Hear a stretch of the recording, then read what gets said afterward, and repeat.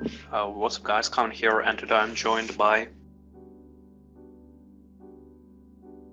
Oh, sorry. I'm used to expecting their name.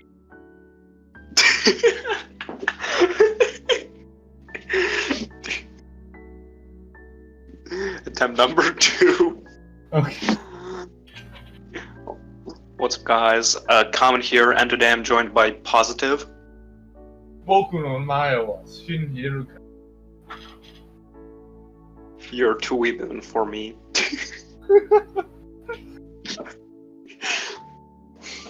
Okay, so you can call this a bootleg Walmart podcast, a Gacha cast, however you want to call it. It's low-key just gonna end up being at some point. Okay, so today we're talking about anime Raid Shadow Legends made in China. You can follow my link in the description below to redeem your free champion. Also known as Crossing the Void. AKA the biggest anime collaboration ever, but it's really not because Dengeki Bunko series. Okay, so can you explain what Crossing Void is? Crossing Void is a mobile game gacha based on the intellectual properties of Dengeki Bunko, which include the likes of an irregular at magical school. Well, you got your Sora Online, you got your Toradora, you got your Bison Wolf. Is that it? Bison Wolf. I'm like I don't have the titles off the top of my head, so forgive me if it ends up being like wrong or something. We should have just googled it, but we are abakas. Yeah, so it's Dengeki Bunko intellectual property series. So in a way where you have your Shonen Jump where they'll publish and you'll have a game like Ori Collection. You have your Naruto, Dragon Ball, and JoJo's. In that same kind of vein, this is for Dengeki Bunko. So it's all series that are published under Dengeki Bunko, and it's mostly light novels. Some having manga. Basically over 25 light novels. You might ask, how do I know this? I just googled it. Dang. Yeah. Well, not all the novels are in the game yet, I don't think. But even before we got to the point of this mobile game, we actually had a fighting game series prior to this, and that's where most of the assets for this game comes from. It's not that known of a game that people will know because it was just Japanese only, as far as I know. Yeah, and was published by Sega. Yeah, it was published by Sega and developed by Eco Software and French Bread. Yes, French Bread. Okay. French Bread. Let's get this bread. The game series is called Dengeki Bunko Fighting Climax, and the latest version of the game was Dengeki Bunko Fighting Climax Ignition for the PS3, and it also has a PS Vita version called Dengeki Bunko Fighting Climax. I guess also Ignition, but yeah. So the game is really quite old. This game, the last game that it came out in was 2014. Ever since we have not had another Dengeki Bunko Fighting Climax game. Which is kind of sad that they never even brought it over to the States, which would be a really fun game to have. Especially as more series are now more and more popular, including like SAO. It'd be really nice to get that series back. But we're not here to talk about the fighting game. I just wanted to tell you about that game for you to get some background on where the assets and where everything comes from. Yeah, the only character that has 100% unique assets is Alice. No, there's a lot of characters that they straight up. I mean a character that is not a variation of a character, so like a kimono version or a swimsuit version. Okay, that's fair enough. But I was also referring to how in the Southeastern Asian version and the CN and TW version, or China and Taiwanese version, there's characters that are completely developed from scratch that are very much like Alice. So for example, the ones I can think of off my top of my head are limited units like Kimono Shana, Kimono Asuna, Um, Yeah, I remember the Kinos. Elevator? I think there were also summer units. Summer And Mikoto, summer someone else. yeah, units like that you typically find gacha games, they're most likely built from scratch up. But even talking about that, the sprites themselves, if you compare them to what you see in the PS Vita or PS3, like the format might be the same, but they look so much more higher quality, and even the attacks, outside of like the normal attacks that you can do with your skill 1 and skill 2, the climax attacks are all pretty much like reanimated, and it looks gorgeous in my opinion. We're getting off track here. I need to explain what skill 1 and climax are there for later. Yeah, but we'll need to do it later. So, first of all, to not confuse anyone, it's a Chinese gacha. It's not a Japanese gacha, it's a Chinese gacha, as we already said. It was made by 91 Act, and the global version, it technically released like a week ago, but it's still an open beta if I remember correctly.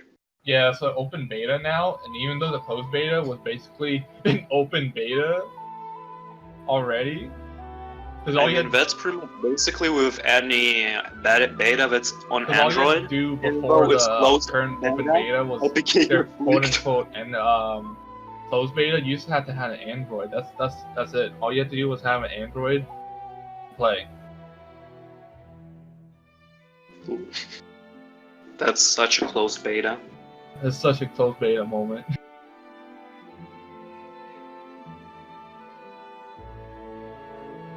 Okay, so 90. I also want to mention 91 Act is also responsible for Blast Blue Revolution Rip Burning. If you're familiar with that mobile game, frankly, I'm not. But I've seen it a couple times, but that's it. Like I've only seen it a couple times in my Play Store when I was updating FGO. Mhm. But we're getting off topic again. So, should we start with a presentation because it's pretty much the biggest advantage of this game? Oh yeah, presentation is pretty great. It's actually, talking about the presentation though, there'll probably be a mixed bag because most people probably will not have come playing to this game coming from the light novels, which is what this game is based on. All the art in this game are done by I don't have the credits to say that like they're all done by their specific like illustrator, but it's all done in the style of the light novel illustrator. So you have SAO drawn by like a Beck. You can definitely see like Kirito's renders and Asuna's renders, and their card art is directly either lifted off from one of the volumes, or they composed a new art, but it's in the style of a Beck, for example. And that's gonna be a mixed bag for some people because you're gonna have characters that are like Ryuji from Toradora in his light novel design as a sprite in game, but you're not used to it compared to like how he is in the anime. So that's kind of a mixed bag. Personally, Finish your own first. Yeah, I was gonna say personally, I'm fine with it because I come from origin of light novels for SAO, so I'm more than fine because the light novels don't really get much representation in terms of games. It's kind of like Ore Collection deciding to build up their game based on a manga, which I enjoy. Off to you. So what I want to say is that like also an upcoming character which was already announced in the Chinese side of the game, along with Alice, which is currently only on the global version, is Yu-Gi-Oh! And just like anyone else, he's also done a novel style, and his novel version looks quite different from his anime version, so I definitely see what you might mean. Personally, for most of the cases, I prefer the novel design over the anime design, though there are some rare exceptions, such as Alice. Mm-hmm. Yeah, anime Alice is definitely a lot better in terms of design, I would say. I do say though that the sprites really do work with both worlds and incorporating an anime fusion with the light novels design. It's not that evident on Alice because you really don't see it much of a difference. So I'm really interested in how they're gonna treat Yujiro and what kind of integrity knight armor they'll design him based off of, whether it's gonna be the light novel or the anime. Because you can definitely see the difference in both, but Al's is really hard to see. Yeah, and let's be honest, they're not gonna make a regular outfit Yujiro as much as they wanted. Oh yeah, no, They that's just also one thing that that not many gachas have, like from the top of my head, I think I can only remember 2 gachas that have a similar thing, is colors / outfits. Oh yeah. Because of obviously it was from a fighting game, they kept one thing that pretty much every fighting game has, and it's different colors for your characters, different hues you can use. So, which is also pretty cool because you can see different kind of references in it. Like the most famous one is Dio Yuki. Yeah. There's also like Dante / Emiya Kirito. No, this Dante's. I think that we established that because it's with his eyes. That's besides the point, though. Go on. There's a lot of examples. Yeah. Okay, so we kind of also in this presentation also talked about the way characters are designed in this game. So I guess we should just straight up go to gameplay. I guess, yeah. So do you want to talk about the gameplay? Sure. Gameplay is actually pretty good. It's a turn-based, and it also has a bunch of like different systems such as gears, supports, the worst strength system in the game. In every gacha, I mean. But like overall, the gameplay is simple, but it's also pretty good. Like the only complaint I really have with gameplay is that the way it's made, you can't really like target any other characters. Like once you use your skill, it just use, for example, the first unit, you're most likely gonna hit the first row unless the skill is specifically made to be AoE or for a specific place. For example, a second character in the team or the third character in the team. I think that kind of plays to his favor though, because that's kind of like one of the strats of this game. Because the way the game works is it's labeled on a grid system. You have 3 main characters that you control, and each character of yours has support attached to it. And the enemy team also has 3 main characters and the support attached to it. So you have a choice of front, middle, and rear, and every unit has their own like use to it. So like say for example, there's some missions that like require you to beat the rear enemy first, because it can be really annoying with some of their effects, especially with some units. So you really have to specialize your team and decide how you want to build it. If you want to be a nuker to the front, then you're gonna have to sacrifice not hitting the rear or the middle as much, or you can go for an AoE, and then you can hit all positions, but then you sacrifice a little bit less damage for it.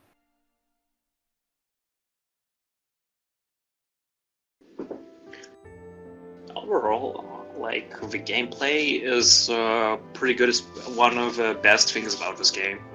So you can, even if you're not, for example, interested in the Dengeki franchise as a whole, like you haven't seen like any of its shows, but you're still interested in the game itself because of maybe how much it was advertised for the last week.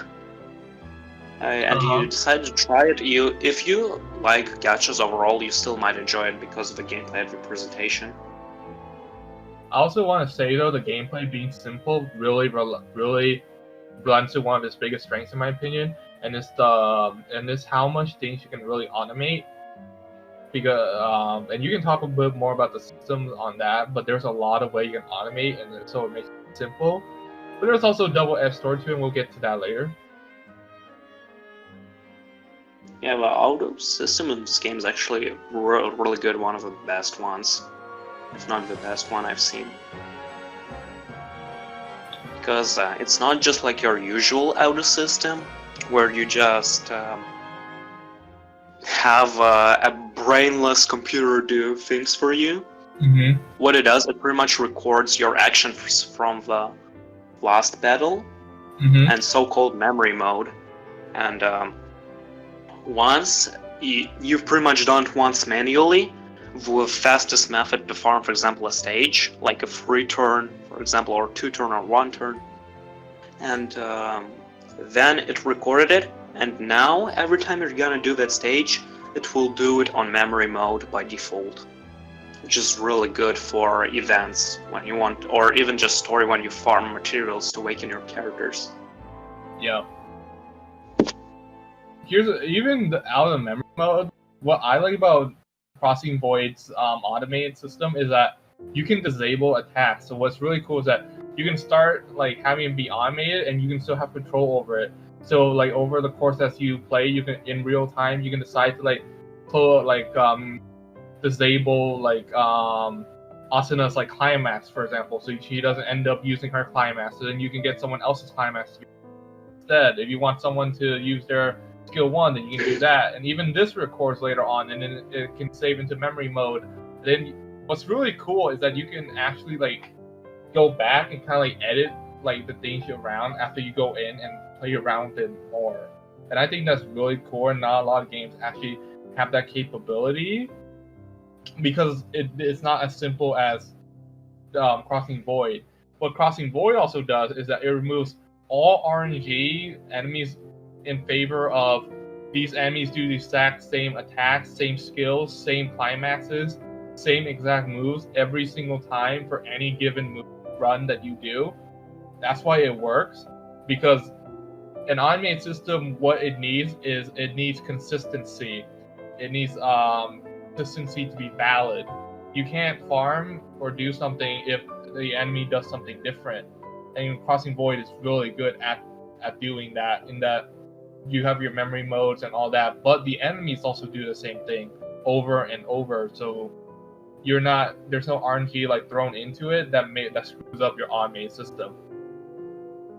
Yeah, like if I were to make in a way a comparison to some actual games, it's kind of like, I don't know, if you have like this from person's perspective, for example, playing an action game like Devil May Cry. When you play it, one thing you do is you learn pretty much the boss's pattern, because as in any other game, a boss does a set amount of things he can do, even though it's a little bit different here because it's the same in every single turn. But from this, you pretty much can, even, for example, when you reach a new stage in Crossing Void, you can pretty much just take a look on your first try. For example, if it's the local tower mode, floor clearing mode, but which I don't remember the name of. For example, it costs no stamina, so you just enter it once to just see what the enemy does. And you might beat it first try, but you might lose. But because now you know what the enemy does and which turn, you can pretty much set the teams to counter it, which is really cool. Mm-hmm. That's one of the biggest strengths that I think it has for it, is that the fact that like you can log into the game and just basically do all your dailies within the span of like 5 minutes. Because there's also another thing added to the system we didn't talk about yet, is it's a double-edged sword, but you can also finish in one run 3 runs. So let's say, for example, you need some sort of crystal or some item to drop, and you know it has a permanent drop it has a guaranteed drop on it. What you can do is you can set it to run 3 staminas worth of runs, and you get 3 staminas worth of items. If you have season pass, which we'll talk about later. Yeah, we'll talk about that later. But so you can get in 3 staminas worth of 3 runs for 3 items, and you only really get to watch the game play out one time. Yeah, but there is a problem in that, in terms of that. stamina is a thing, and stamina in this game Are we is really gonna horrible. go into stamina? Are we gonna It's- go stamina right now? I mean, stamina is a part of gameplay because Oh my you god. need stamina to do almost everything. This So is easily gonna take up the bulk of everything. stamina is like the worst thing ever in this game. I think we should go back to it later. I think we should just like put it on the table and go back to it later after we talk some more good stuff about it. Yeah, sure, because Well- all we will do is rage about stamina. We'll end on a rant or a talk about Okay, so should we go to characters? Yeah, sure. By characters, I mean like units. So there are two types of units: mains and supports. Or subunits. Mains are the units that you pretty much the ones that fight. The units you see, you use their skills, you use their climax skills. While supports is the units you equip on them, and you can get crossing skills if you equip a right support unit to the main unit. Also, you'll need to work on your support and in your main unit the exact same way because they share their stats. So for example, let's say I have Kirito and Asuna in one slot, and I have 500 HP on Kirito and 600 on Asuna.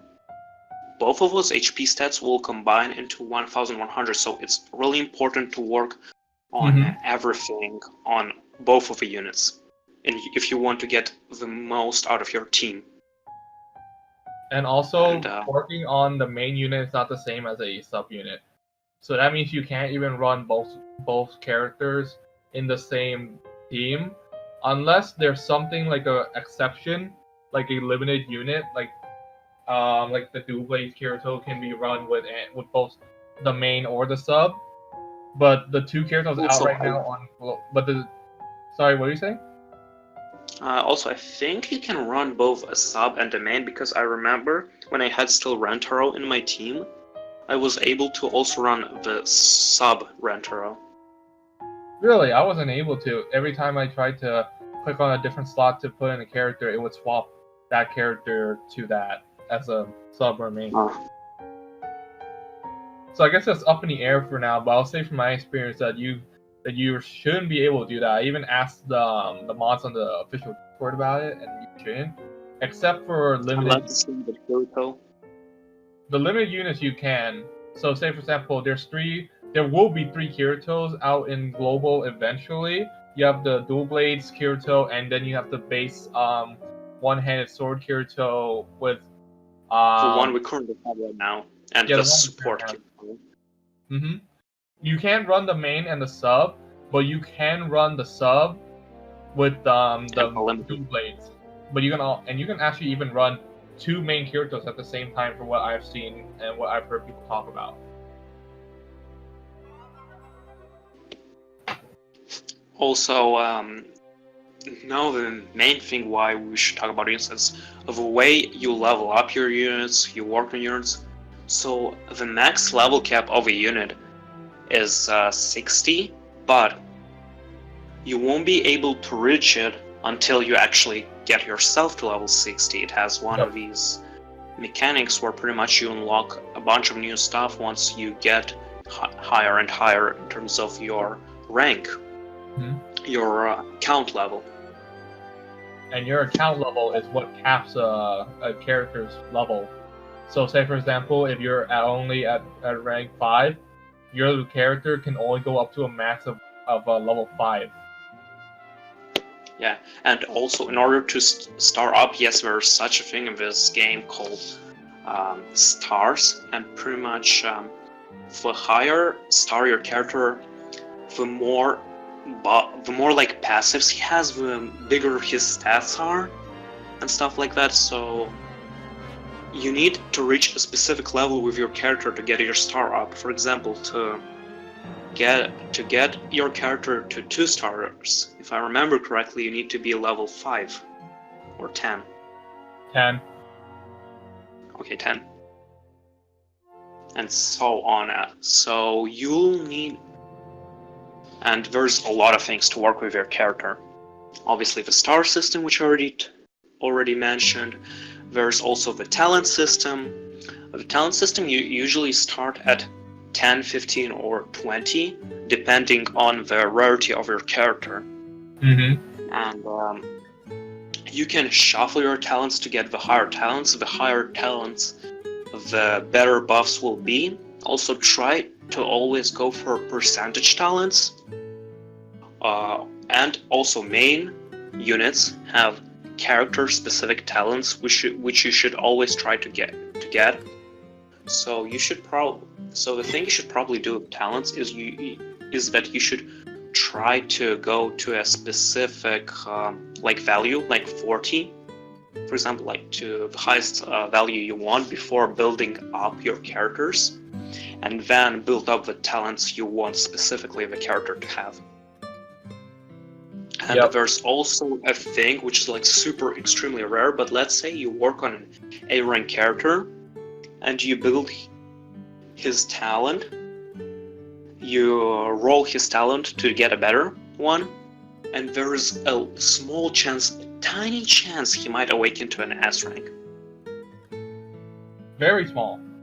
We're talking you might as well just pull an S rank on. You might as well pull an S rank on the goddamn Gacha levels of the Yeah, literally take months on working on a unit. But it can happen, so I guess that's something.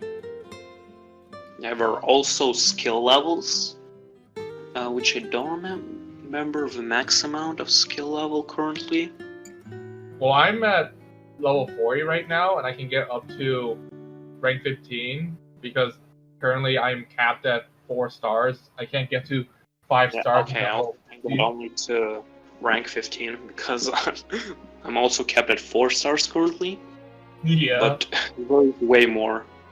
So yeah, the thing is we're basically the same progression. Yeah, I'm at a way higher level than you. Like, I'm at a level 40 currently. And I'm only 35. Yeah, you're like 35, and we're already capped like that. Because the thing is, if I want to get to a full 5-star, I can start building like to a 5-star by doing like 1 out of 5, 2 out of 5 stars. But I can't get. Yeah, you can do that starting level 30 or 4 stars. Yeah, I can't get to a whole level to a full 5-star until I get to level 50. Also, leveling up in this game is a pain, but that's kind of off topic for now. And there's skills, and lastly, there's also awakening. Awakening is pretty much a dupe system in this game, and it buffs your units like crazy. I'll allow you to tell them about this one. Okay, so the awakening system, how it works like this is there's a few ways to go around it. I can't speak for what the future might bring, so I'm going to tell you what you have at your option right now. An awakened character has actually a tremendous buff to their skills by the end of it. And the first awakening is probably okay enough. In that, like, say for example, right now the current Alice, she'll get an Osmanthus buff on her first skill. She'll get an Osmanthus buff just like she does with her first and second skill, with her cross skill, which is something that her present version does not have unless you awaken. So that's an example. After the second awakening, it's just kind of like a stat boost. Third awakening, you get a cover for Alice, and you also get stat buff, I believe. At the fifth one, though, at the third one, you get some sort of effect along with it. At the fourth one, you get a heal along with it, and then the last one, you get a full-on like art change, cover change, icon change, and basically a new skill entirely. I'm pretty sure the art change is on the third one. No, you get an icon on the fifth one though. Okay. Yeah, you got the player icon on the fifth one. Now this all sounds nice and good, but here are your conditions. Here are your conditions. You gotta do this. I guess this kind of goes into the gacha a bit, so. I guess we can start talking about gacha now.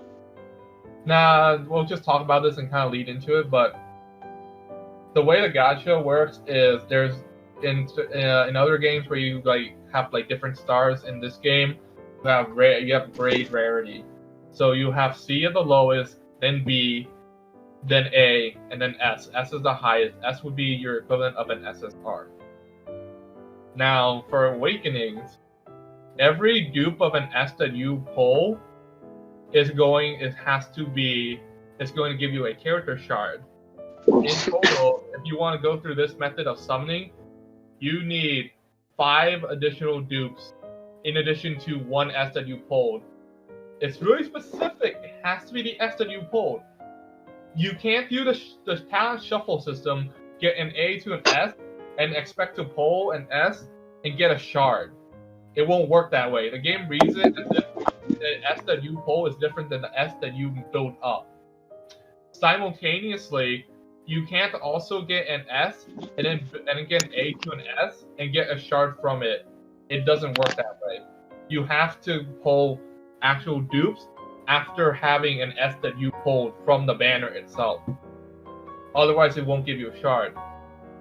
That means you have to do that 5 times after getting the initial character at an S. However, there's another method where you need 5 shards that are not specific to any character, but there's only 2 ways to get them right now. The first way is to clear the last section of what's the name of the event again? I don't remember. Pinnacle. Of a pinnacle event? Yeah, or the pull a 6th dupe of an S class. Yes, that's right. I forgot to talk about that. So, like I mentioned before, how 5 dupes is what you need after you pull your initial S. So that means you have 6 units in total. But if you pull a 6th dupe after the initial 5, this is gonna be your 7th character pulled, like in total, then that's when they give you the shards, the universal shards. But let's think about it. How many shards do you think they give you? 5? No, they give you 1. That means they expect you, because you need 5 universal shards to build 1 awakening. They expect you to build 25 dupes of a character. So there are also gachas with a similar system. For example, Pair Power Pop is actually extremely similar in terms of that. That in Pair Power Pop, if you pull an BR, which is the lowest rarity, you get 1 skill ticket if you pull a maxed BR. If you pull a maxed SR, you get 3 skill tickets. If you pull a maxed GR, you get 30 skill tickets. And you need 60 skill tickets to get from skill level 1 to skill level 2, and so on. So if you want to get from skill level 2 to skill level 3, you need 120, then to 40 from skill level 3 to skill level 4, and then But that sounds a lot better, considering then 480. Yeah, it's pretty much a better version of this. Because you can apparently do low rarity. This you have to pull the highest rarity. And I have so much gripes on how to describe the system. But the fact that you don't get shards from building an A to an S gives no incentives. Because if the game doesn't count that as an S that you pull, so you can't even awaken it until you pull an S itself, which is just bonkers to me. We'll talk a little bit, I guess, about the gacha afterwards, and how this isn't as bad as it is to Wales. It's not as bad as to Wales. This game is friendly to Wales. It's a problem to Wales because free-to-plays won't awaken anyone anyway. Yeah. I did talk about the pinnacle a bit though, but you do get 5 universal shards for your first free awakening of any character if you can beat all of the pinnacle trials that are out right now. And like I said, I don't know what the future might bring. I don't know what events that they'll do that they'll bring out more of these universal shards. But currently, it seems to be this is going to be the most difficult thing to do in the game that is completely based on luck and money. Because money does definitely play a factor in this game more than others. And I guess we'll just talk about the gacha right now. But how the gacha works in this game is that you are guaranteed the unit of a featured banner. Like for example, let's say the Alice Limited banner that's going on right now. You are guaranteed that unit on your 34th roll. On your A rank to be exact. At A rank, yeah, at A rank, which is why we also need to talk about the fact that like all characters except for limiteds come in at low rarities, C all the way to S. All the characters besides limiteds come in all rarities. However, limiteds only come in A and S rarities. Yep. And at that 34th roll, you have a 20% of it being S. Only 20%. Also, there's another guarantee, but it's different from the A rank one in terms of that it can be any unit in the 91 pulls you do. It can be your first unit, it can be your 91st unit. You're guaranteed an S rank. For example, when I did my first multi-summon in this game, it was a ticket multi-summon on the Kirito raid up that was like a week ago. Mm-hmm. And I got Kirito in my 5th pool. That was my guaranteed Kirito in those 91 pools that I could have done. Then, okay, now that's the good side of the story. Then you have someone like me. You have someone like me who didn't go too deep, but you have someone like my friend who went the full 91 roll and got Alice on the 91st roll. Because you are guaranteed the character in S rank on the 91st roll of every banner. Of any banner that's featured, you have a 100% chance to pull that S rank on the 91st roll. That is insane to think about. That you're guaranteed it after doing 100 rolls or 10 multis, essentially. So it's pretty much a two-sided sword because it's both a good and a bad thing. It still depends on your luck, but it isn't as bad if it was just the natural rate of a unit. Yeah, like I said. Sorry, I interrupted you there. Okay, but there's one thing I really love about the gacha system in this game, and it's the pity rate. The pity rate in this game is really good. However, it's only good in the global version. I'm gonna say it right now, it's only good in the global version. That's why you're pretty much incentivized to play on global version. There's a lot of good things on a global version compared to the other version. Yeah. Like with this, it's special because the pity rate transfers over. And what is pity rate? You start at 1.5 S rank rate, but the more you pull, the higher your pity rate goes. For every single, your pity rate goes by 0.01%. So for example, I currently on regular gachas, I currently have a 3% pity rate, and on limited Alice banner, I have a 2% pity rate. It can go high.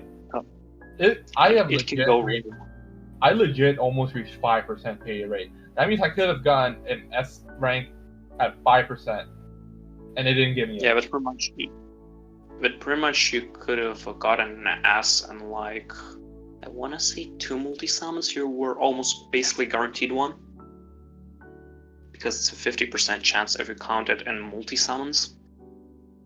But it also took a long time to get there. It took a lot to get there.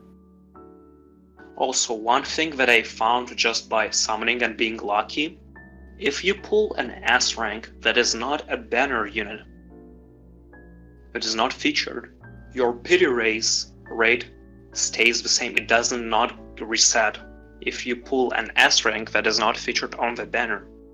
It happened to me 2 times when I pulled Miyuki on Alice's banner, and I don't remember the guy's name on the current rate ups for a Isaiah? regular gacha. Isaiah? Who? Are you talking Isaiah? I think so. Yeah, it was Zaya.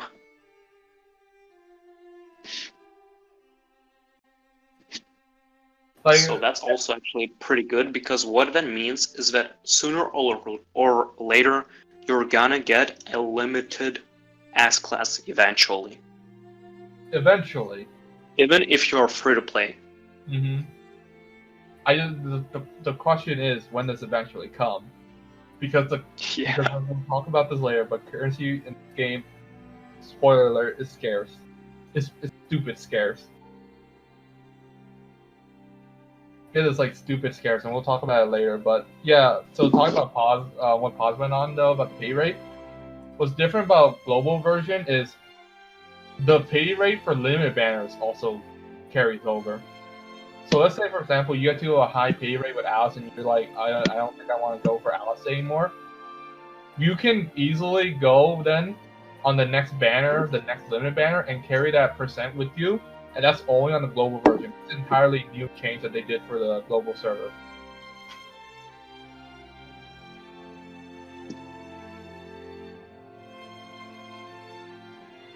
Also, I guess we can slowly move, since we're done with gacha. Oh, never mind. We also have fragment gacha and the weapon gacha that we don't know anything about yet. We are like 2 weeks into the game of playing consistently every day, and there's still stuff we don't know. Yeah, because the weapon gacha unlocks only at level 45. But like, there's also a fragment gacha, and for every 10 fragments you donate to that fragment gacha, you get 1 unit. You get 1 which unit. I think can be on any rank. I'm not sure about that, if you can get access from there. I've got an A. Surprisingly enough, I've got an A. I've never got an A from there. I've got a B at best. Oh wait, we should also mention the gacha. There's also, here's the thing about the gacha and why it's hard too. It's not just the units. They put coins. Oh right. Oh. Okay, this is a part I don't really like about the gacha system here. Like, you can get also hues, which I think should be free to play, should be event based or something like that. I'm like being in the gacha, but I'm not fine with hues aren't the worst thing. The worst thing are donuts. They have donuts. Or robots. Well, the robots we mean, but they're actually too. But donuts are literally a thing anyone can get at any point. It is something that you can farm. It is for I have like 600 donuts just chilling there. Just from playing the game and not even bothering farming them. That's how much you get of them. I don't understand whose idea it was to put XP items that are like the lowest rarity. If it was something of like high rarity or something, okay, I understand. Like, I like a soda. Okay, I get a soda. I don't get a donut.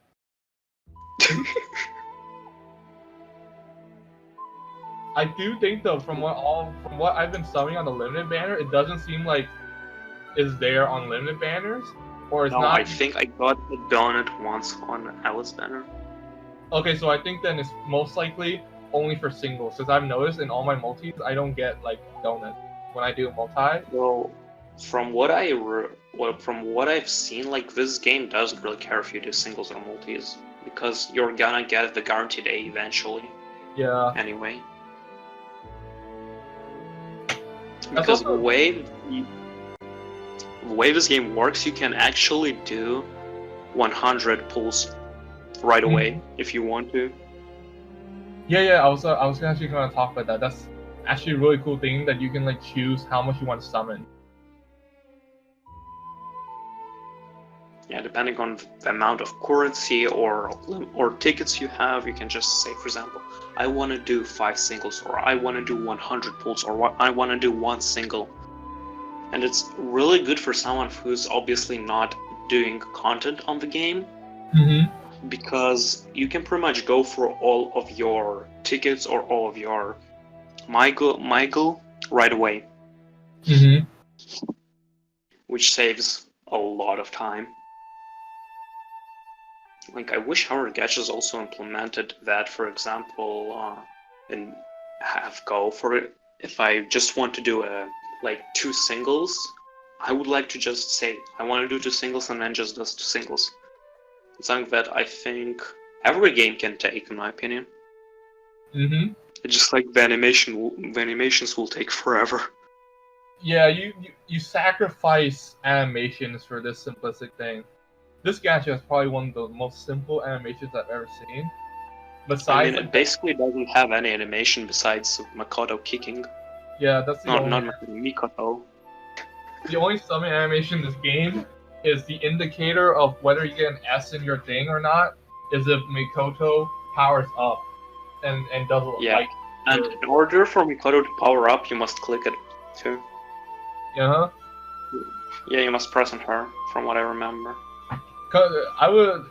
To me, one of the best things about playing Gacha is the summon animations, especially in games like F-Go, where like you summon, but then you get to have fun with it as you're watching the cards like flash across the screen. Yeah, and it can be a fake out or a gold circle or the most rare thing ever, which I got only once, a rainbow circle. Mm-hmm.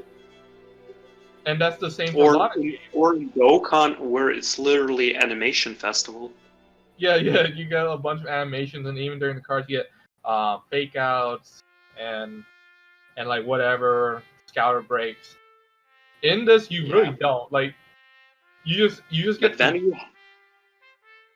Okay, I want just to make a comparison, but here in Crossing Void, you pretty much get Naruto Blazing, where if Sakura pops up, okay, I get a gold, and then they just go. Unless it's in you, it doesn't pop up. It's pretty much the same thing in Crossing Void. Oh yeah, it is exactly the same thing as Blazing. I didn't remember the fact that like Blazing had the exact same effect with like their cards just like instantly flashing across the screen after and just removing any sense of satisfaction. I mean, I wouldn't blame you considering not only it's not something you would really remember if you're not playing the game, but also the game is dead. Dang, it would be like that. But yeah, So, in Crossing Void, like you have 10 cards for however cards, and it just like flips. It just like goes across the screen and flips, and within a second, that summon's over, and you either get really salty or get really happy.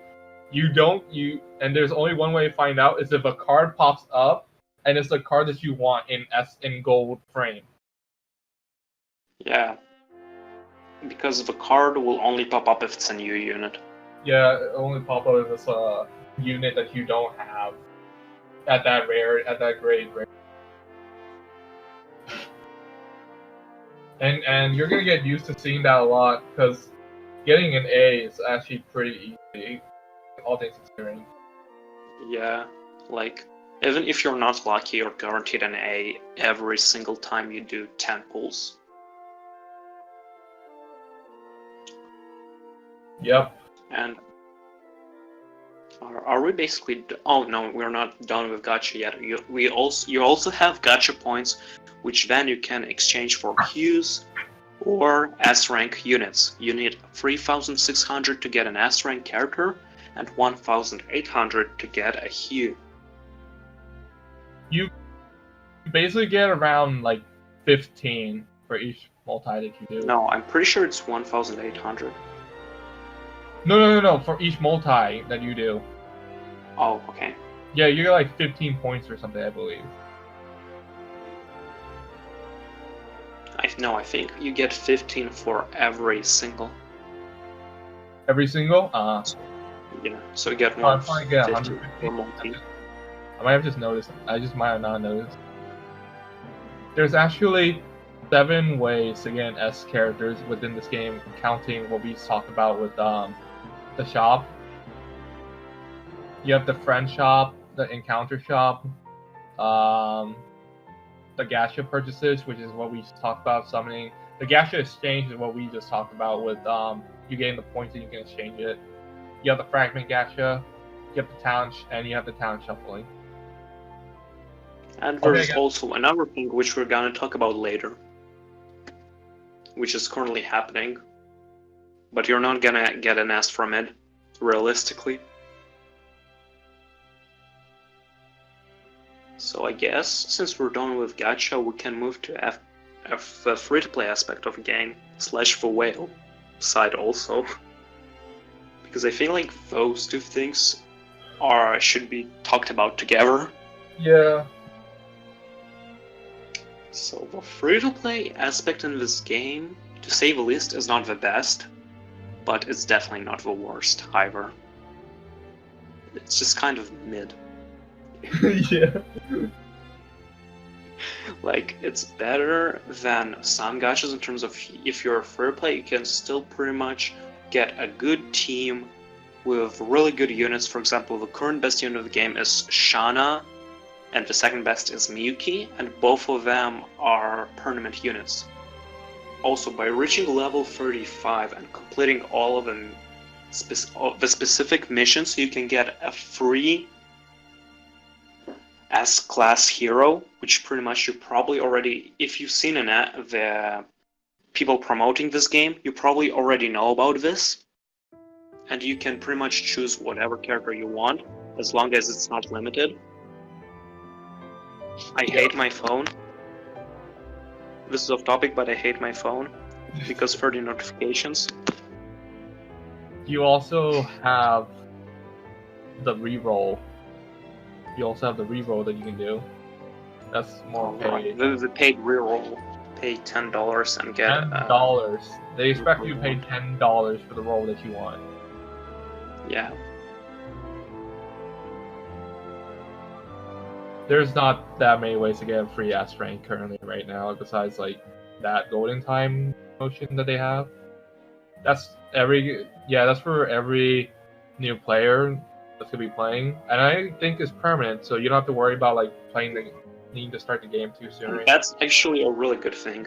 Like overall, it's a really good thing because you don't really need to reroll unless the character you want is limited. Yeah. But I also want to mention, there's absolutely no goddamn way for you to get more than one F or one A.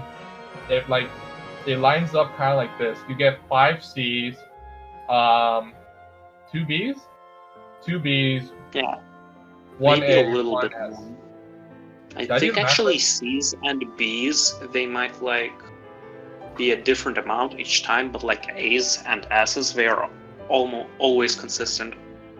Oh, okay. So there's 5 C's, 3 B's, 1 A, 1 S, for a total of 10 units. Because I don't remember seeing anyone pull 2 A's, unless actually it might be on the 34th pull. You might, and if you do a 10 pull, you might get to A's there, I think. But that's it, because you're guaranteed one at the 34th.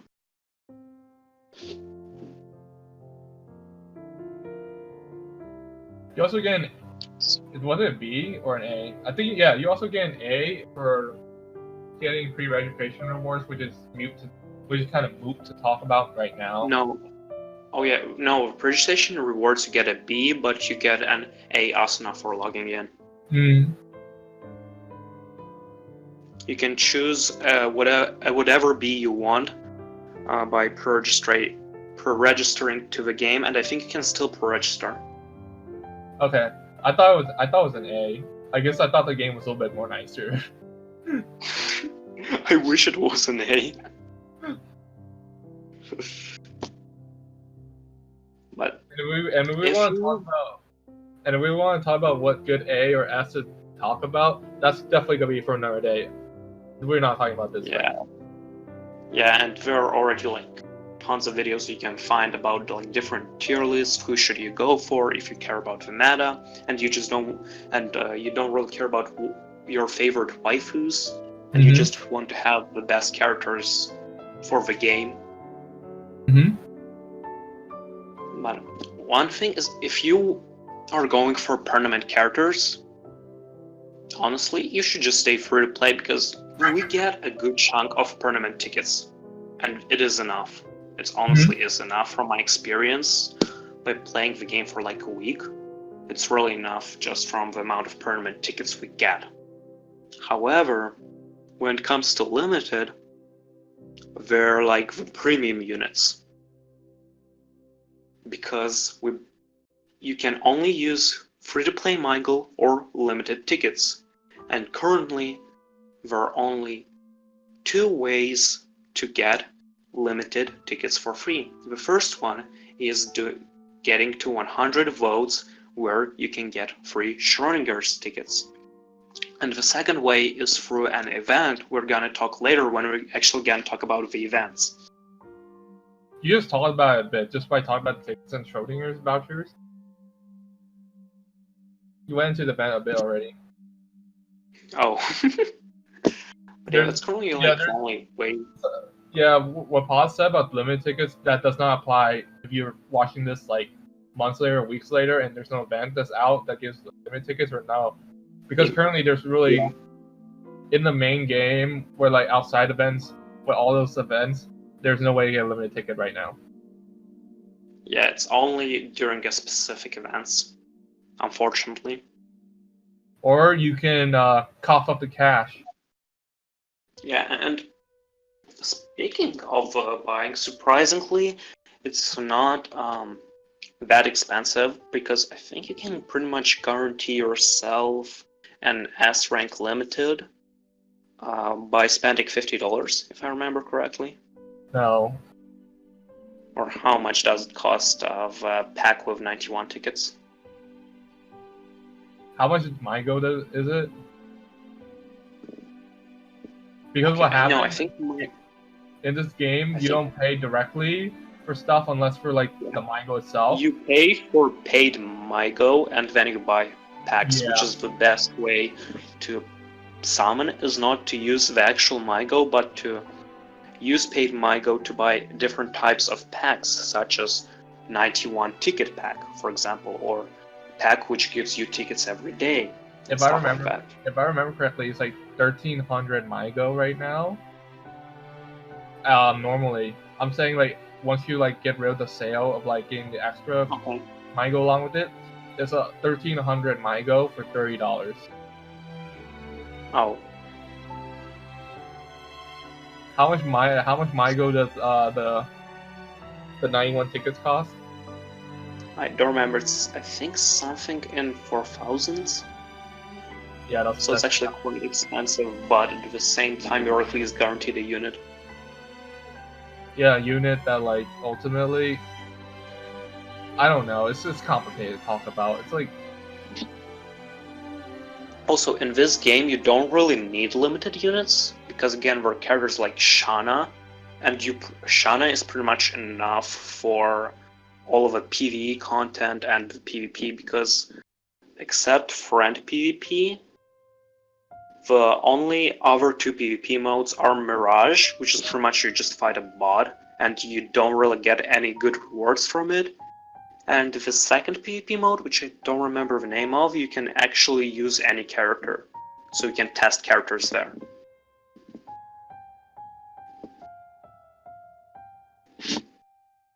So you don't really need like the limited units, but if you want them, you need to be either really lucky or to save for months or to spend money. Yep. Which is why a lot of people were complaining about Alice, because she came like 3 days after the game's release. And which at the end of the day made Alice basically a pay-to-play unit only, unless you're like super lucky. That's not to say you can't just use farmed Migo on it. It's just that it's too much of a risk. Because what players are doing right now is they focus more on tickets, and basically the game is really generous towards giving you tickets. They're not generous to giving you limited tickets. They give you regular banner tickets. Yeah, that's what I meant. It's like going for permanent units is really easy in this game because they give you a bunch of regular tickets, but they don't really want to give you limited tickets. So that's why you want to save your MyGo for limited units and save tickets for permanent units and never use your free-to-play precious MyGo on permanent units. Unless you're crazy like me. Wait, you use MyGo on permanent units? Yeah, I use MyGo on the normal banner. That's a bro moment. Yeah, it's a bro moment, but we'll ignore that.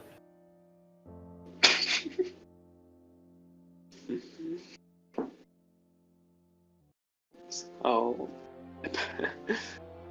Oh yeah, we totally forgot to mention you get one free summon on the normal banner.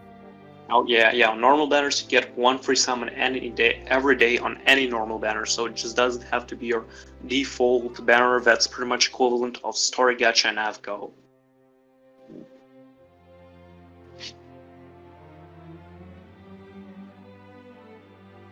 So, but another thing is of the stamina. Here's where it really comes. We just have to talk about stamina here. Stamina is bad for both free-to-play and whales, because first of all, there's only one way to recover your stamina. It's by using Mygle, and your stamina runs out like super fast. Like you play for like 30 minutes, then you have no stamina for the rest of the day. Yeah. And even if you're a whale, let's say, and you can use your Mygo to recover stamina, you won't be able to do that as many times as you want. It's like limited to 4 times per day, if I remember correctly.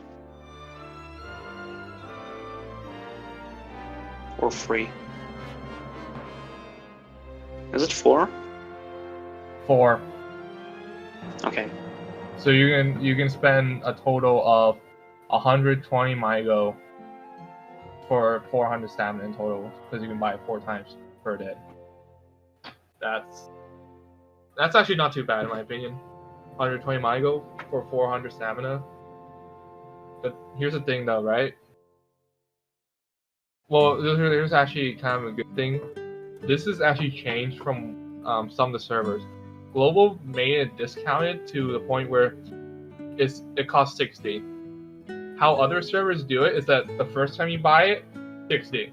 Second time afterwards, 120. And I think it either goes up or stays at 120. I just remember that. Not even 100, but 120? I believe so. I mean, even right now, how it is on global, it's still bad for free-to-play players because of how little MyGo we get. Yeah. Like in total, I wanna say in total, by being free-to-play and just doing all the events that are permanent/story mode, you get about 2k or 3k MyGo in total. Not counting missions. The missions, if you go into the missions... And level up rewards, like the level up packs. It's actually pretty funny, because if you go into missions, right, all the MyGo that you see, that's not completely free to play, and I think most of it's not free to play. Because there are missions that say, do 200 gacha rolls. Yeah, I'm currently... the last one of the gacha rolls I did was 120, I think. Because of just how many pulls I did on permanent gachas. Mm-hmm.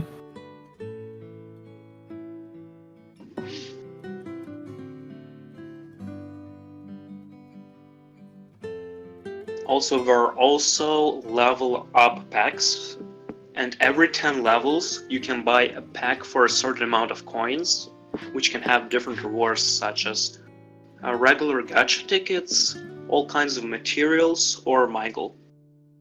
Mm. And it has the most value in terms of MyGo there. But in order to buy everything, you need to get level 80, which will take months of playing. Oh yeah, easily. I mean, the packs are looking really good until you start playing the game and you realize how freaking long it takes to get from a level to a level. It's insane, dude. Here's why. Especially considering the local stamina system. Yeah, it's all because of the stamina system. Because your stamina translates to XP. Oh yeah, that's also a thing. You're basically trading stamina for XP.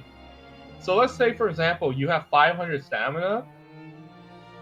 You're basically and if you use all that up, you just are doing 500 XP.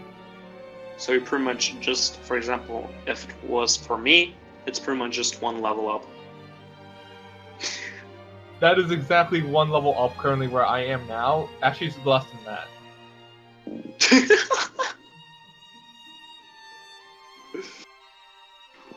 So yeah, they definitely need to change the XP system. I'm sorry, it's just pretty bad.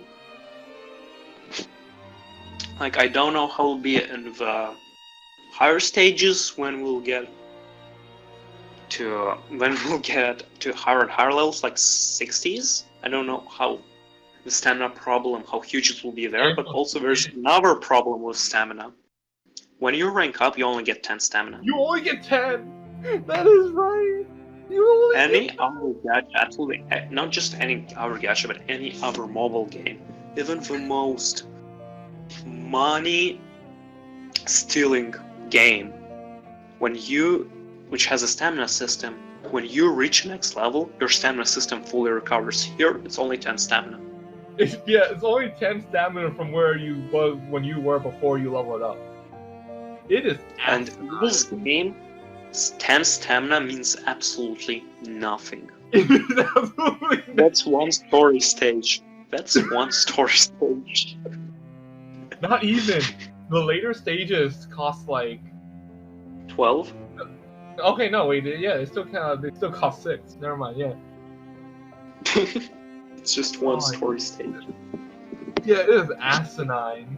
So let's say, for example, right, you know, in any normal game, normal gacha, Dokkan, F-Go, Blazing, you name it, you level up, you get full stamina. So, like, you can be playing a level or something, and you'll be like, I'm just a little bit more to getting, like, stamina overflow. That doesn't happen here. What just happens is, let's say, for example, you're like at 40 stamina, and then you level up, and then after that you just got done with like an event that cost you 36 stamina. You lost that 36 stamina, so now you're down at 4 stamina, but you add 10 from that level up, so now you're at 14 stamina. 14 stamina, which is 2 story stages. Just to really tell you how BS and how asinine this gets. For 3 runs, that means that Ami system that I told you earlier, 3 runs of like a boss stage, that's 36 stamina. 36 stamina. Just like that. The average normal player only gets up to a limit of like at most like 120 something. Most will average around like 100. That's I think like in total, as a free-to-play, I get like 200 stamina a day. And that's it. And that's literally like 30 minutes to an hour of playing. I have never played a game where it's such a pain to get stamina that you treat it the same as a goddamn premium currency. Yeah, and it's especially bad considering how grindy the game is. And like it really is grindy. Like, just to give you a good point of view, a bit ago, like, there were some leaks, rumors, which were proven false, that the mods of the official Discord of the game are getting paid for their work with the game. And their gifts got leaked. And it, like, looked like this. I'm hoping you can, like, edit a picture in of that. Don't harass the people involved in this. This all from false already. Like, the rewards are true, but there's a lot more substance to it. I maybe you want to read into it. Go into the Crossing Void Global Discord. It's in the announcement section. Anyways, I want to get that disclaimer out of the way because I really don't want to bring any trouble to these people, but I need to bring this up. When they show the rewards, part of the rewards in that, let me just make sure. Part of the rewards in that was 2,500 MyGo, 15 tickets, 1,000 stamina, 5 million coins, and 6 impression gacha tickets. Now, normally in other games, people would be like mad because they got paid in this premium currency of MyGo, 2,500 MyGo. The community was more mad at the fact that they straight up got 1,000 stamina Yeah. because of how scarce the stamina and XP system in this game works. It is abysmal because you can log into the game, basically do all your dailies, and if you're like me, then you can like afford like spending 120 for like the 400 stamina. Then you're kind of good for that day. But if you're like the normal average person, by the way, stamina recovers only 1 point every 7.5 minutes. So you need to wait forever. You have to wait forever. So I did the math: 7.5 times 100, so 750 minutes. 750 minutes it takes to get to 100 stamina points. Just so you understand how bad this is, I play this game for like an hour or two a day, then I just don't touch it until the next day.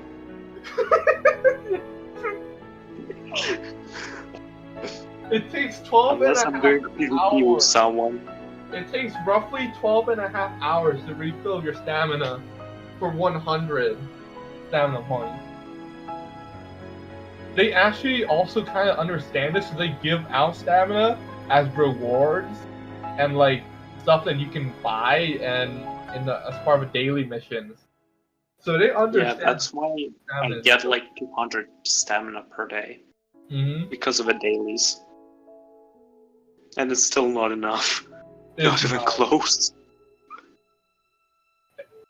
See, for a normal game, stamina wouldn't be a issue if XP, wasn't connected to stamina.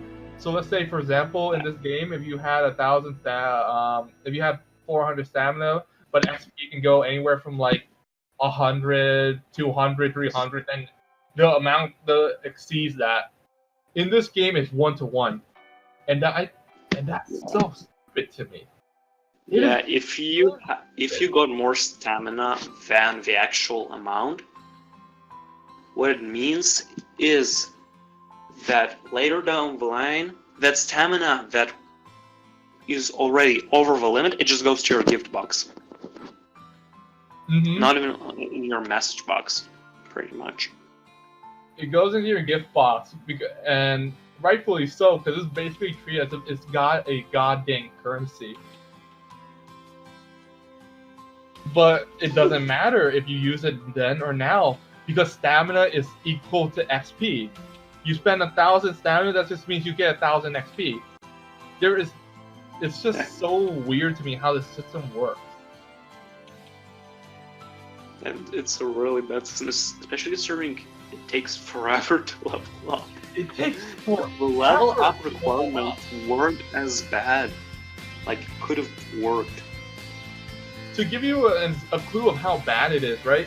Let's say, for example, you're a player that goes in for your logins and all of that. Let's say, for example, you get a max of 200, according to what Paz says.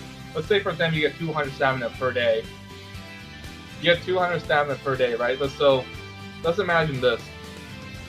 At my current level right now, to get from 39 to 40, I needed 600 XP. 600 stamina. So that's 3 days. That is 3 days. Just to get up by 1 level. 1 level! 1 measly level! And then you remember how much the progression is tied to your rank. It becomes way worse. But also one thing that is good about this game is the guild, which also goes into the F2P aspect of the game, free-to-play aspect of the game, because in guilds you and other members of the guild can donate fragments to each other, so then you can shuffle your talents, which is actually really cool. And in a way, it reminds me of Yu Yu Hakusho Maji Battle, which is a little bit different because there you don't need to waste any of your own materials. but you need a certain amount of people to click on what you request in order for you to get it. But here, you pretty much, let's say I want Kirito fragments, which I did this week. I just said, hey, please give me Kirito fragments. The max amount you can get per week is 10, which is not a lot, but it's something. It's a lot when you consider that, like, literally getting A and dismantling it will give you only 3 or 12, and then dismantling A 12 B for A. give you 3. B3 and C1. C1, yeah, C1, B3, A12. Guess what S is? 75. Damn.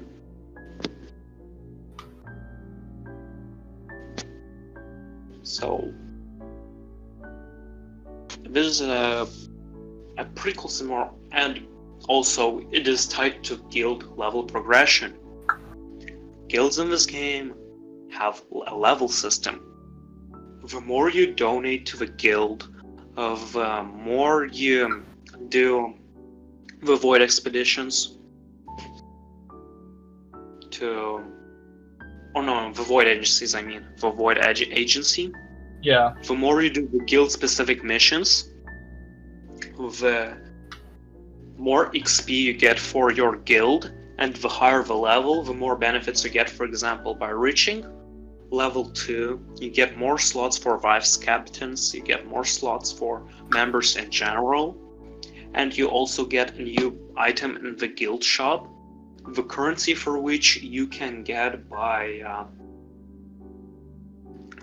doing the guild void agency missions. And for example, when you reach guild level 2, you can unlock a pack which consists of 10 thingies that you need to get your character to 2-star, or to get your skill to skill level 15 from skill level 10. Yeah. Which is pretty important for overall. I want to talk about the fragment. You will need a lot of them. I want to talk a bit more about the fragment system, because I think it should also be mentioned. This is kind of the closest thing you get to trading a gacha character that you pull in pretty much across any games I've played so far. This is the one that basically is the closest, because essentially to get fragments, you really have to pull a dupe or something and dismantle it. That's the only really good way to get fragments, besides the ones that are able to already be farmed in the story. Or the fragments which are not tied to any character, which I personally recommend using on limited units, or on a really good unit like Shana. Yeah. So say for example, this can really help out too, because if you have a whale in your guild, they can help out with stuff like limited fragments. Because let's say for example, they pull like 2 S dupes if they whale for Alice or something. That's 7. Yeah, and they already have their Alice worked on. They don't need any more fragments. They can just give it to a guild. Exactly, and I think that's really cool. How that system works.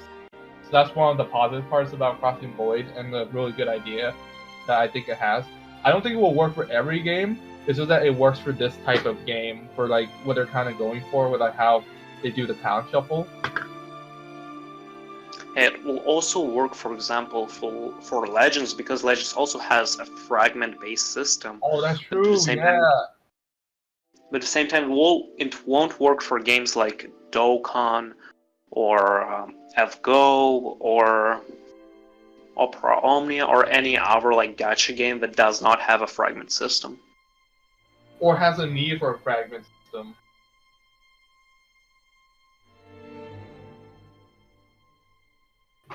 But as far as I know, the Legends wouldn't also wouldn't be as great with it, because I know that you at a certain amount of fragments that you get, you basically have the character itself, right? Yeah, at 100 you get a character with 0 stars and so on. Wait, 0 stars? That's interesting. Yeah, for example, when you pull a hero for the first time in Legends, you get him at 0 stars. Because you get only 100 hero fragments. Ah. For extreme, it's 1 star, and for sparking, it's 2 stars. But what about those banners that you can't? That say, for example, you don't have the unit, but then you can pull and then get fragments of the character from it. Does it eventually turn into a character? Yeah, once you get 100 fragments, you unlock the character automatically. For example, that's how I think the Legends Road mod is done in Legends. Okay. Is that you farm fragments.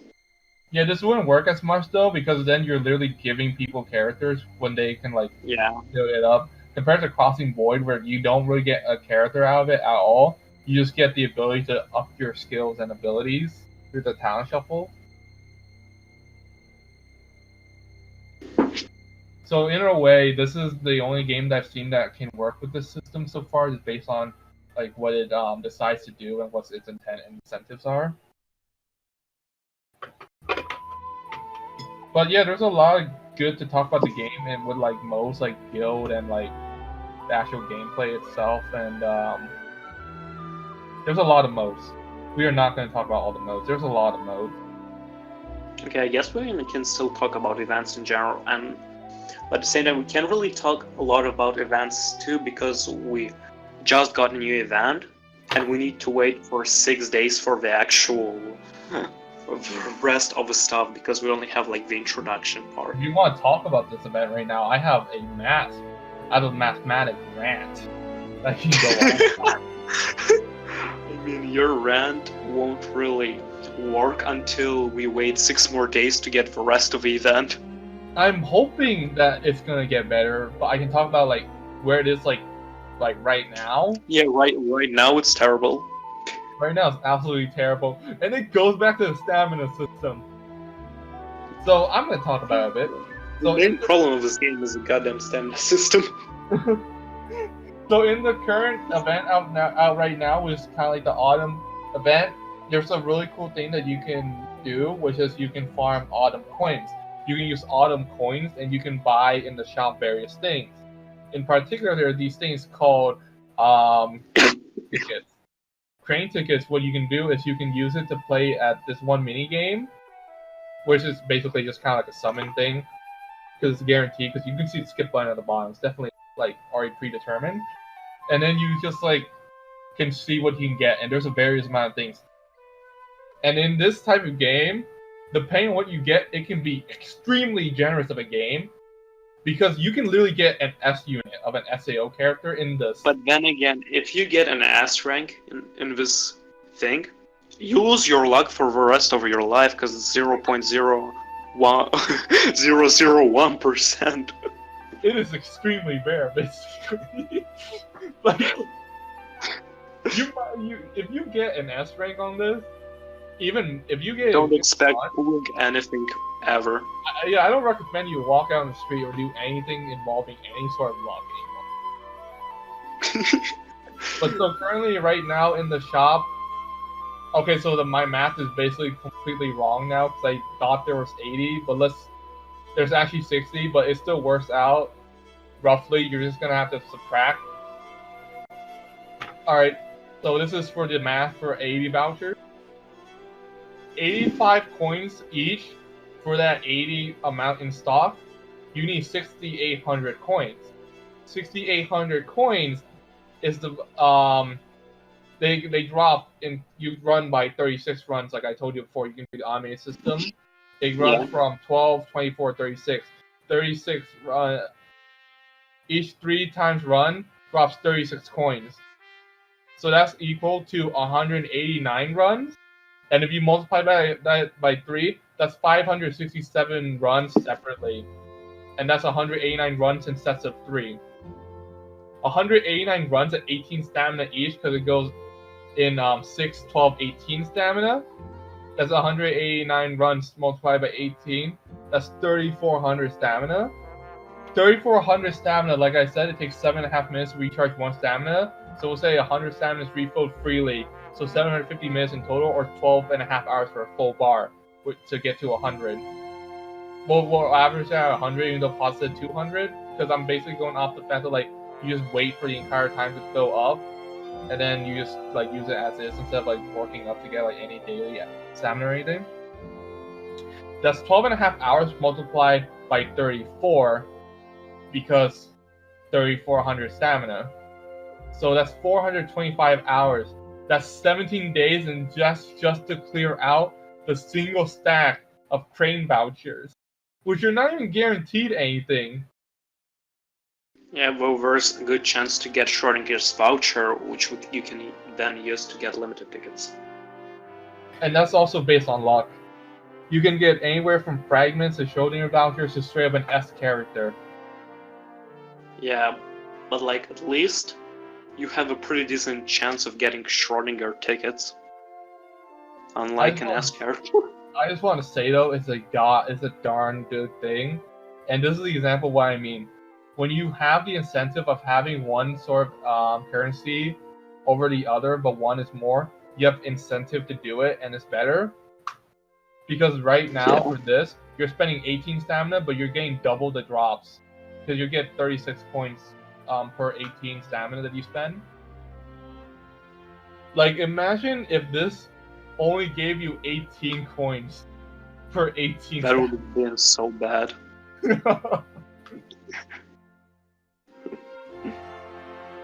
So speaking of events, I want to talk about the event that shows how Chinese this game is.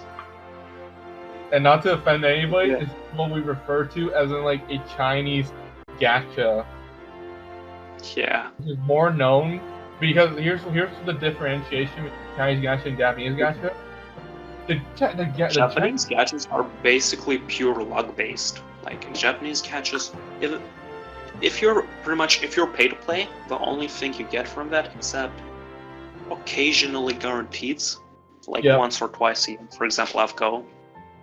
I'm gonna use it because again, both of us play FGO a lot, and a lot of people play FGO overall. So FGO and Dokkan are like the easiest examples to use. Yeah. But pretty much, it means that at worst in a Japanese gacha, whales are guaranteed a unit once or twice per year. Because if it's something like Step Up, like some gachas do, it doesn't matter if you use paid or free-to-play currency. You get the same privilege, and the only privilege that you can get sometimes... It's just like whales get more currency, that's it. In Chinese gacha, whales get so much more advantages, or in a US gacha. And I want to talk about like the differentiation why we call it Chinese gacha versus Japanese gacha. One thing you have to know about Japanese games is these are games that big name publishers like Bandai are attaching their name to it. And not only that, Japanese gachas have gone through a lot of criticism in the past to get to the point where they are to have a bunch of regulations and a whole council to do these regulations around it at one point. Chinese gachas or Chinese mobile games don't get that amount of regulation as Japanese games. So they can get away with a lot more. And they do get away with a lot more. In fact, just playing a Japanese gacha and jumping to a Chinese gacha, you can see a whole world of difference in like how you're treated. And the best example is what happens with this recent limited unit that just came out with Alice. Because an entirely different event just opens up when you actually get the Alice itself. And it's not even worse thing. Okay, it's fine that they want to help you to level up your Alice. It's all cool and all, but then you see the special pass for the event that costs $10, $10 freaking dollars, so we can get more rewards. Because if you don't pay for that, you just get Soda to level her up. But if you pay for that, you also get rewards to work on her skills, to work on her star level. Not only that, you get it to work on pretty much everyone's star levels because they give you a lot of like determination units. You get a heal too. And you also get additional missions. Not only additional rewards for missions you already can do without it, but you also get additional missions. Mm-hmm. So yeah, that's the thing. I went ahead and did it because I had the money. I had a job. I decided to do it Must for be nice. experiment. And also, yeah. In total, do you know how much fragments you get for just spending $10 on this event? You get 128. Damn. You get 128 Alice fragments. Which for That's the a price is pretty good amount. which for Especially the price, considering you get a good chunk of regular fragments, which are not restricted to any character in the beginning. That gives you a huge possibility to work on your Alice and get her to the max talent yeah. possible. Well, that's still RNG based luck alone on it, but Yeah. yeah. But it's just such a, even though like it's only $10 to me, it's just so dumb to think about that you essentially get so much more advantages for this unit that you already had to really put in effort to pull, because 34 rolls to even get the unit alone to unlock this event is a bad precedent set. They're saying that they want you to spend 34 worth of rolls. And remember, you can't use regular tickets on this. You need to use your MyGo. Yeah. So they expect you to use 4,500 of your MyGo on the limited banner to get the unit, and it's not even an S, to get the unit and an A to unlock this whole event, and you gotta spend another $10. Another $10 to unlock a whole map progression that's not even available unless you actually get the character to look at it. The moment when I pulled Alice and I saw that, I was beyond shocked. I was like, what the You really instantly, I think, messaged me too. Yeah, I was like, what the fuck is this? Is so bad.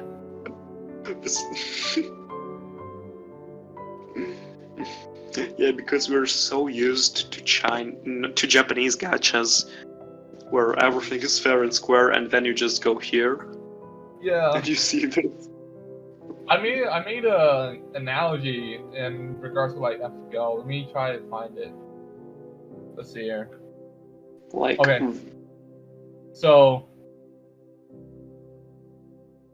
to put this in perspective, let's imagine you can roll for Skyhawk and FGO, and just for the sake of the comparison, you have two opportunities to roll for limited Skyhawk. She comes in as an S star and SSR, which is the equivalent of Crossing Void as a A or S rank.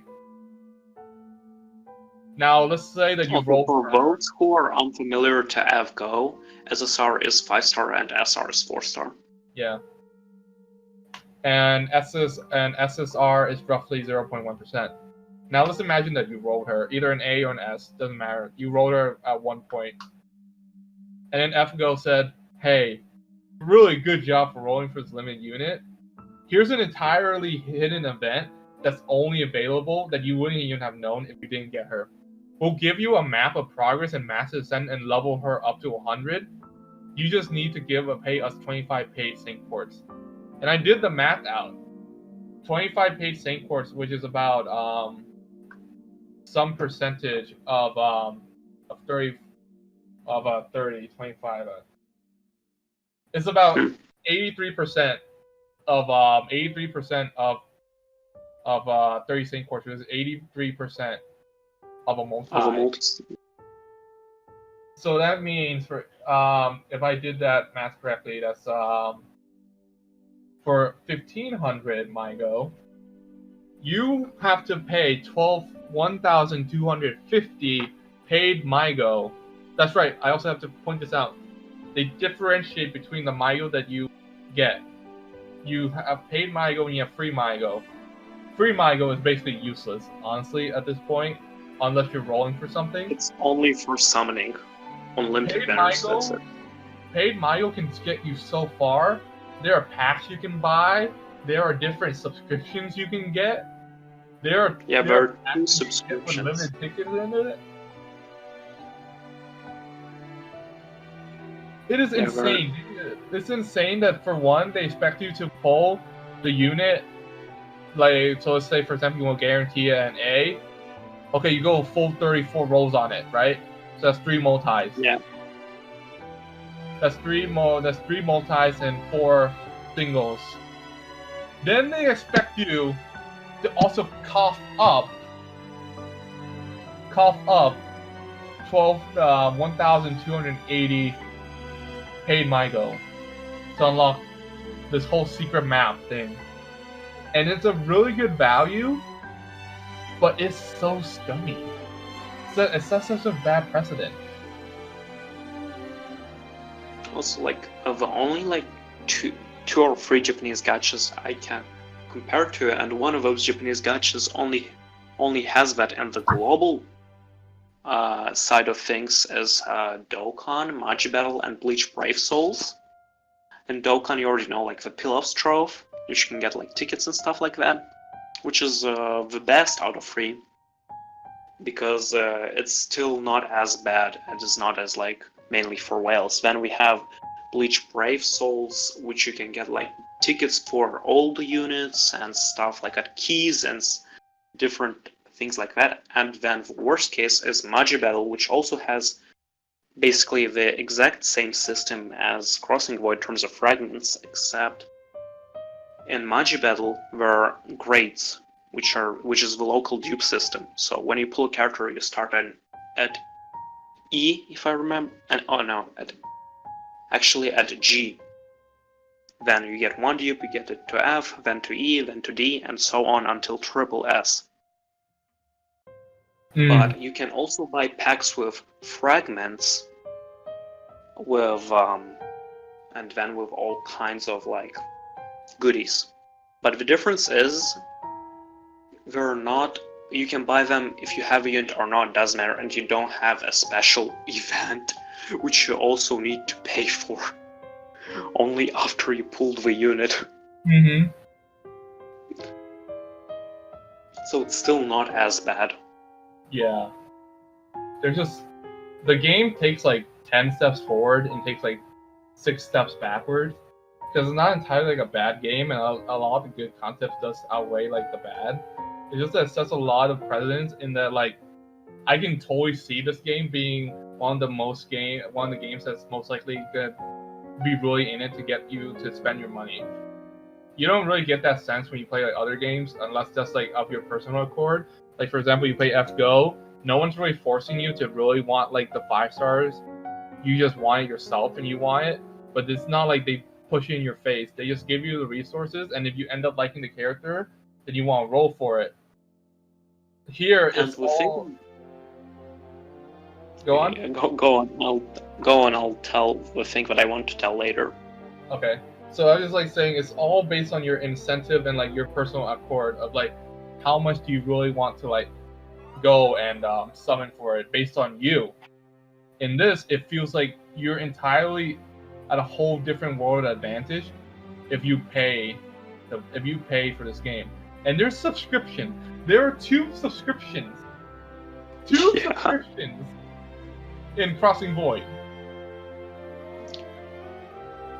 One, pretty much, if I remember correctly, gives you, I want to say, more stamina, and it allows you the 48 roll, which is the cheapest one, and then there's a more expensive one, which gives you a bunch of things. You get like a certain amount of Mygo per day, and you also unlock the option to run a stage 4 times. Also, Yeah. You can definitely bet in that subscription. Guess what they include? They can include stamina. Why not? Also, unlocking just different cosmetics in this game takes forever. It's ridiculous. Like I told you today, to get a background, you need to clear any stage in a specific story chapter.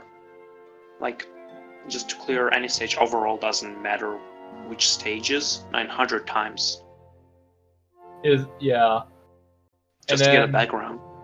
To get an emo of a character, you have to get them to like an affinity level of like 6 or something. And you have to... Yeah, because now I can unlock Asuna's emote, but I need to play a story with her, like 150 times. 100 and something times. And that's just for an emote, man. That's for an emote. Yeah. For example, like another game that also has an emote, an SEO integral factor, where you have a bunch of emotes unlocked right away, and you unlock some emotes from events which are like really easy to get from my experience with integral factor of 1 month of experience I had with that game. Yep. And then you look at Crossing Void, and I'm just like, oh, okay.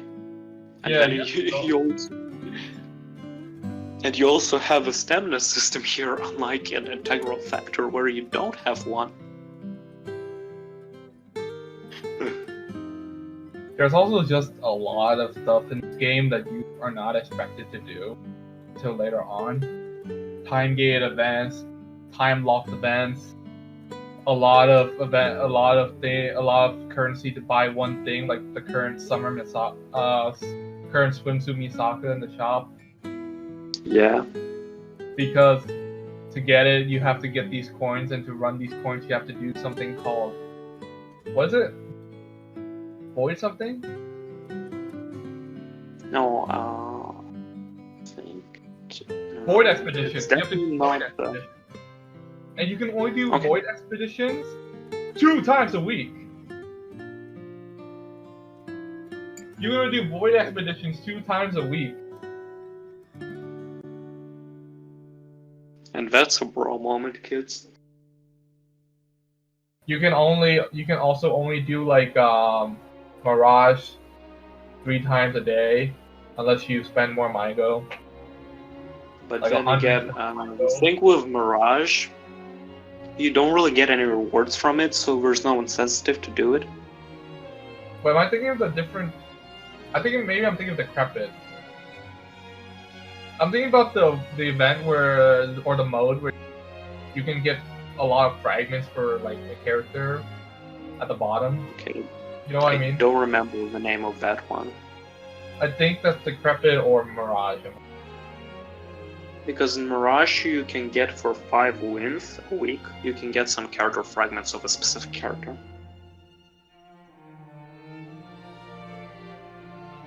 I think you get like 20 or 25 in total, something like that.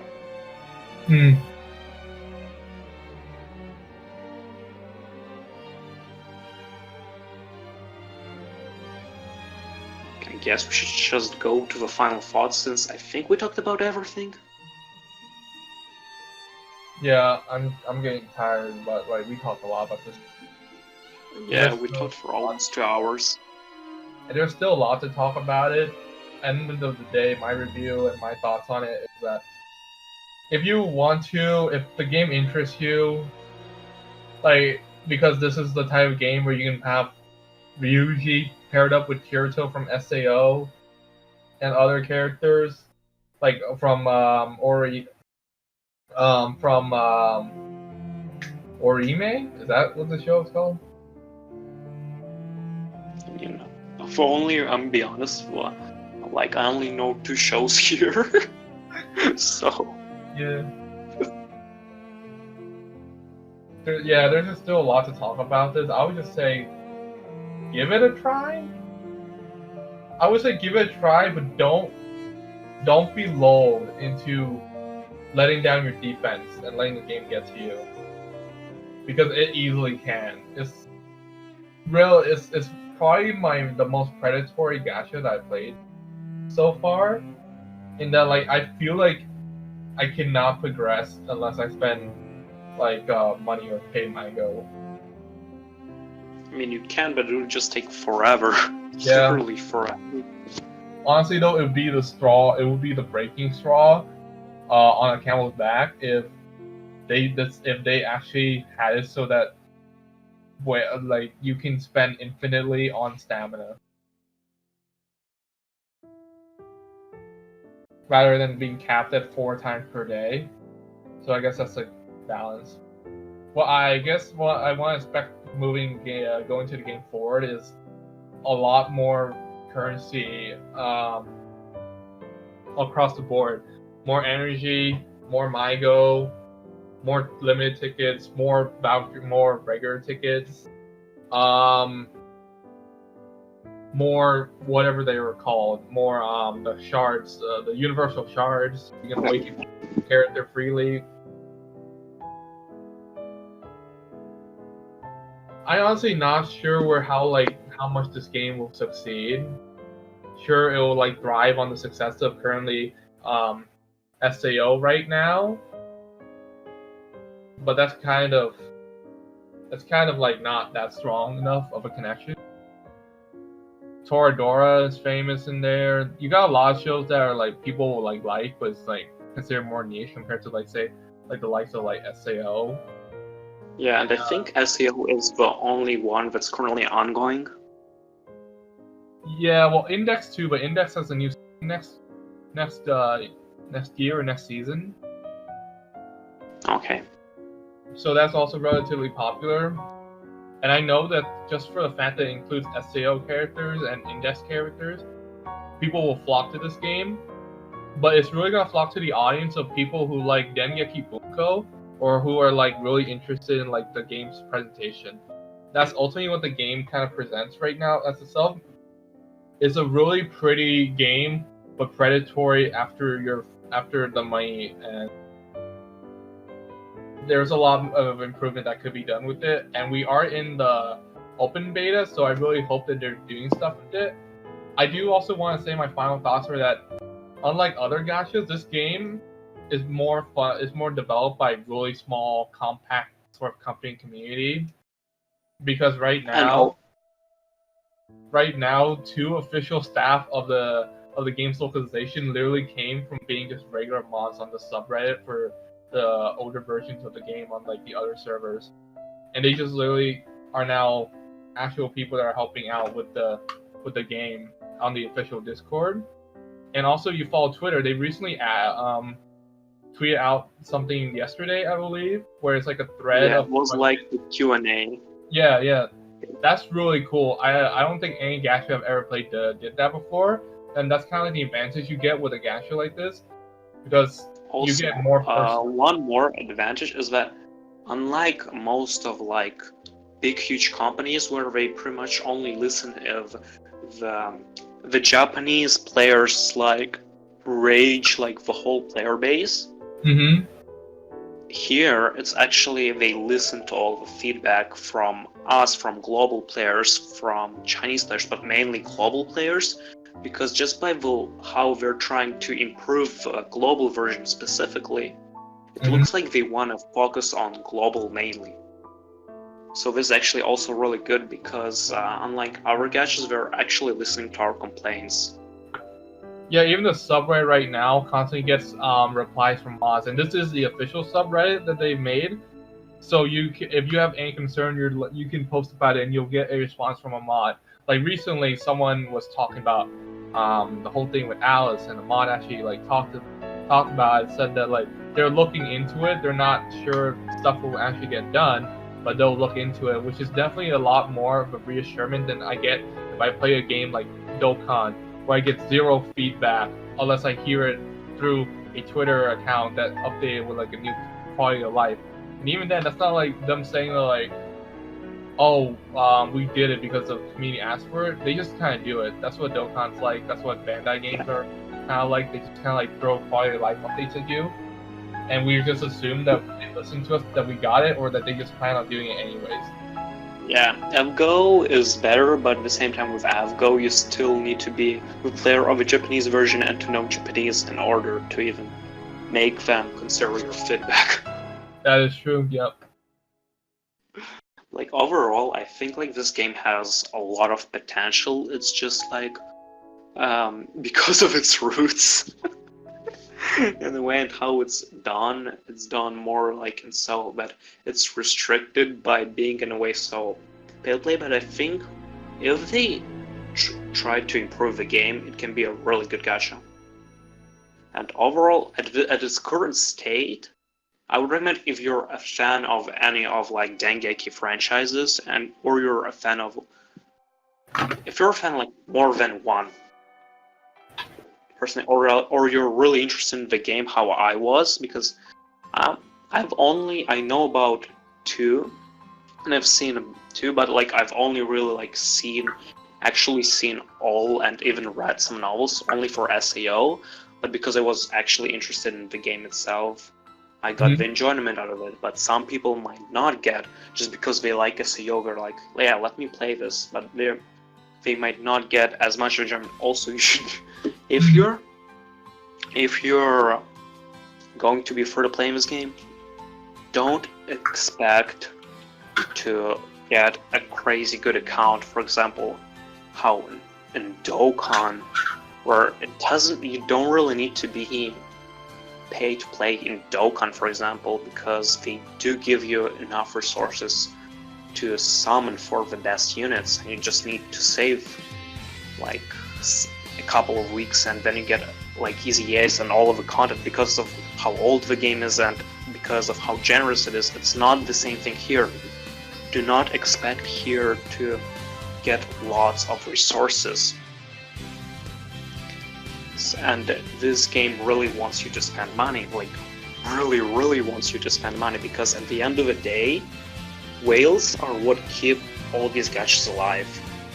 But here it's pretty much goes to the extreme. It's not as bad as some gachas are, like Fist of a North Star, but it's not the best it could have been. So overall, it's pretty decent, but could have been way better. We just have a lot of complaints about it, but it's all because of one single system, and it's Stamina. Stamina. I feel like if they can resolve that, most of our issues would just like disappear, because that means we can play more. We can play just fixing stamina, so many issues could have been fixed. Right now, for me, the game is like either 5 or 6 out of 10. But if they fix the stamina, it could go to 7 or 8 out of 10. I think it's still gonna remain maybe at 6, even if they fix the stamina. Because what I need my issues be mostly addressed to outside of stamina is if I can get a lot more MyGo as a free to play. Yeah, we'll need more MyGo, honestly. Because I don't plan on spending any more money on this. If they do more events like the autumn coins with like the tickets and make it more feasible to get like kind of this, I'm down for that. I'm down for more changes like that. I'm down for more improvements like that. Yeah. So that's Crossing Void for the global version, open beta. Right now you can get on the Google Play Store, Q app. You can get on iOS now. Oh, and I just got reminded something interesting is unlike any other gacha, this game is actually supporting emulation to play it. Yeah, they officially recommend the Nox. It was insane. It was really. However, if you have a laptop as shitty as mine, it won't really help. Because the game still won't run like super perfectly. But that's mainly just the problem of my laptop. Oh yeah, talking about how the game runs though? Yeah, because I'm actually playing on Nox. It runs pretty well on my phone. I'm running on an S9. What doesn't run well though is how obviously it will run well on an S9. I mean, fair enough, but any gacha will run well on an S9, considering gachas don't really take a lot of resources. Yeah. Here's what doesn't run well though. The connection. You will get so much times when like the game stalls and you get a round circle and it's just like you're disconnecting. Saku's trying to fix this and get you connected again. Please wait. I mean, the servers became better in like for the past couple days. Yeah. Still not, because remember when I just started, the servers were abysmal. They were so abysmal. They actually shut down. If you follow me on Twitter, you probably already know about a local meme me and Kamen have because of playing on Parsec, which is his Wi-Fi. I was pretty much joking about it when it comes to these servers for days. It's really bad. It's better now. I still get right now it's okay, but could have been way better. It's pretty much, They moved from Xenoverse 2 netcode to Fighters netcode, which is still bad, but way better compared to the previous one. I will say though, I'll give them a bit leniency because 91 Act is a smaller company in regards to developing this game. They only have 2 games on their freaking resume, and that's this game and Blast Blue for mobile. So in terms of infrastructure, I think it's good where it's at.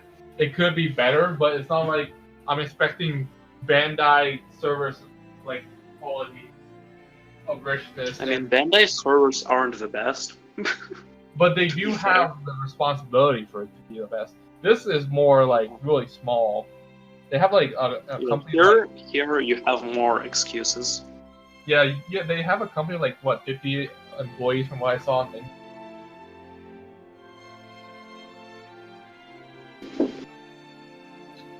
What else? I feel like there was something that I wanted to talk about, but I missed. Something about running the game. Oh yeah.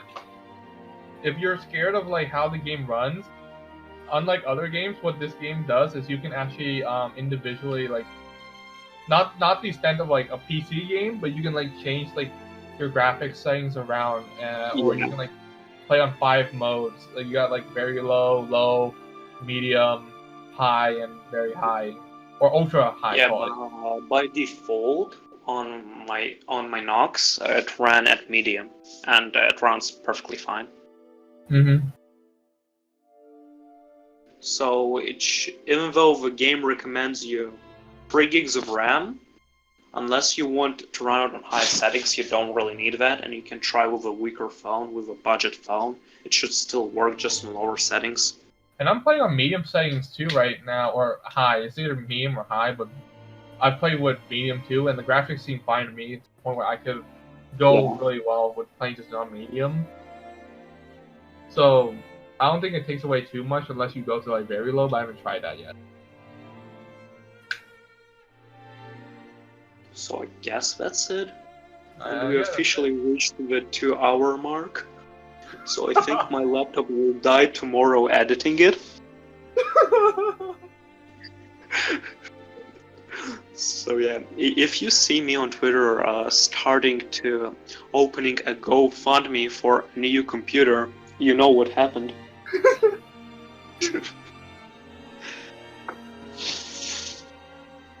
Oh my gosh, I'm so tired.